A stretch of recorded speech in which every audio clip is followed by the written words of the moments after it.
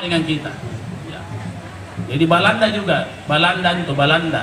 Jadi Madagaskar mereka sepakat adalah keturunan Makassar. Ini adalah jelas keturunan Makassar. Bahkan teman-teman di lembaga Eijkman, lembaga penelitian terkemuka itu tampil dengan budayanya.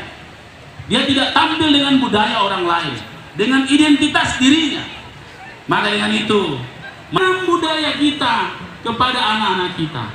Anak-anak kita ternyata